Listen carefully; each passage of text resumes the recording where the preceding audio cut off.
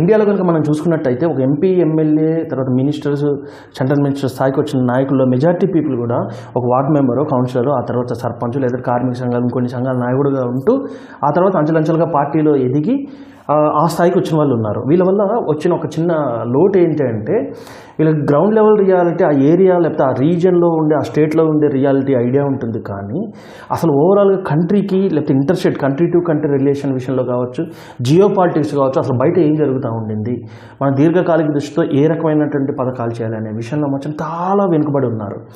ఈ విషయం మరి ముందు నుంచే గ్రహించిందో ఏమో తెలియదు. కానీ ముఖ్యంగా వేరే పార్టీలో కొంతవరకు ఉన్నా కానీ అగ్రెసివ్గా బీజేపీ పార్టీ మాత్రం చాలా దూకుడుగా ఈ గ్యాప్ని ఫిల్ చేయడానికి ఒక పర్ఫెక్ట్ కార్యాచరణను అయితే సిద్ధం చేసుకొని దాన్ని ఆల్రెడీ ఆచరణలో పెట్టుకొని ముందుకు తీసుకెళ్తూ ఉంది.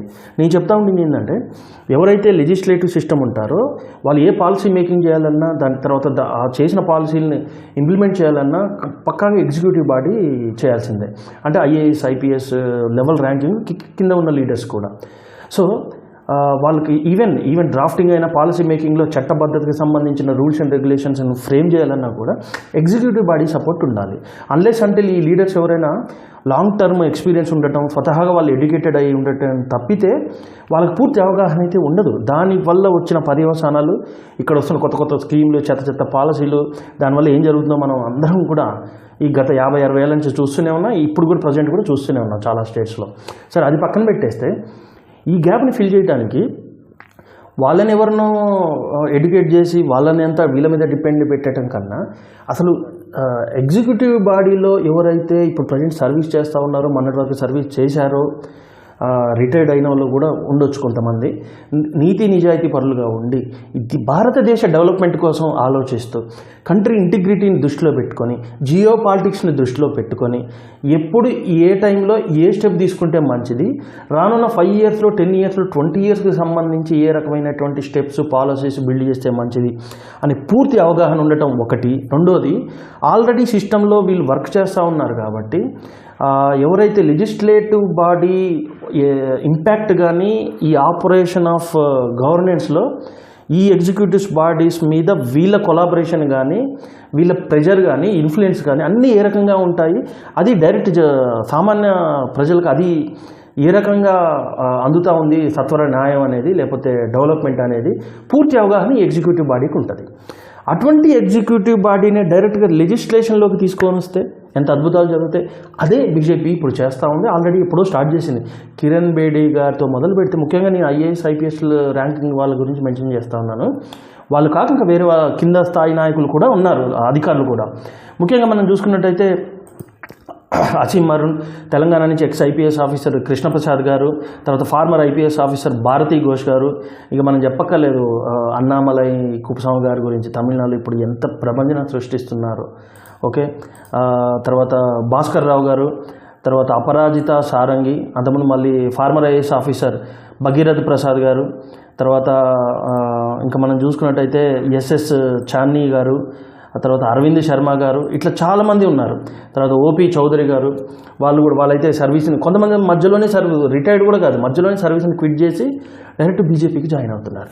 మరి వారు బీజేపీ మీద ఇంట్రెస్ట్తో జాయిన్ అవుతున్నారా, లేకపోతే బీజేపీ పార్టీ వాళ్ళని ఆహ్వానిస్తుందా అనేది పక్కన పెట్టేస్తే ఒకటి మాత్రం నిజం, ఇటువంటి వారు లెజిస్లేషన్లోకి వస్తే ఎటువంటి బ్యూటిఫుల్ రిజల్ట్స్ వస్తాయి మనం చూసాం. బెస్ట్ ఎగ్జాంపుల్ ప్రజెంట్ మన ఫారిన్ అఫైర్స్ మినిస్టర్ గారు జయశంకర్ గారు. వారు అంతకుముందు కూడా ఐఎఫ్ఎస్ ఆఫీసర్గా ఉన్నారు, ఫారిన్ సర్వీస్ ఆఫీసర్స్గా చేసిన ఎక్స్పీరియన్స్ ఉంది. ఇప్పుడు డైరెక్ట్ లెజిస్లేషన్కి వచ్చి మినిస్టర్గా కూడా ఉన్నారు. వారు ఎంత అద్భుతమైనటువంటి అడ్మినిస్ట్రేషన్ చేస్తున్నారో ఇంటర్నేషనల్ రిలేషన్స్లో మనం కళ్ళ ముందు చూస్తూ ఉన్నాం. అలాగే ఇటువంటి వాళ్ళందరూ కూడా మనకి లీడర్స్గా అవుతే మన కంట్రీ డెవలప్మెంట్ ఎంత ఫాస్ట్గా ఉంటుంది, ఎంత నిజాయితీగా ముందుకెళ్తూ ఉంటుందో కూడా మనకు తెలుసు.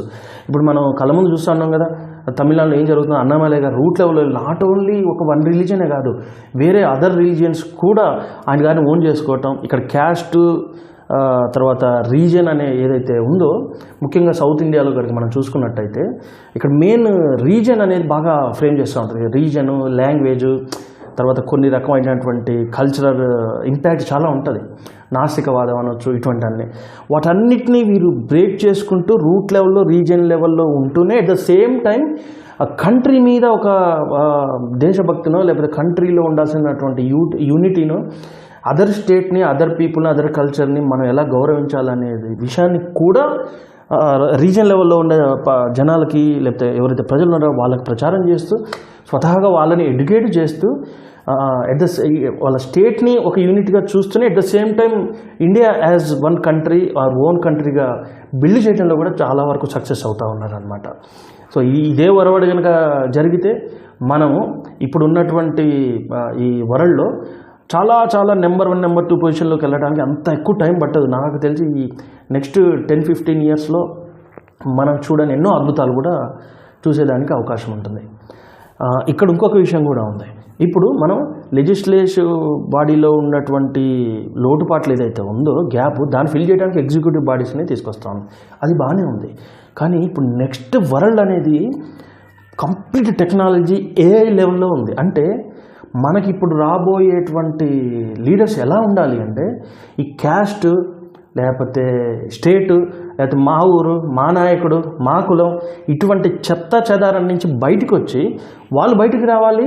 వాళ్ళని ఫాలో అయ్యే వాళ్ళని కూడా బయటికి తీసుకొని వచ్చి ఏది డెవలప్మెంట్, ఏది ఆపర్చునిటీని ఎక్కువ ఇస్తుంది, ఏది డెవలప్మెంట్కి ఎక్కువ ఇస్తుంది, ఏది కంట్రీ సెక్యూరిటీకి ఎక్కువ ఇంపార్టెన్స్ ఇస్తుంది, ఏది మన లైఫ్ని చాలా మాడిఫైడ్ చేస్తూ ఎట్ ద సేమ్ టైం హార్మోనీని కూడా మెయింటైన్ చేసే పరంగా ఉంటుంది.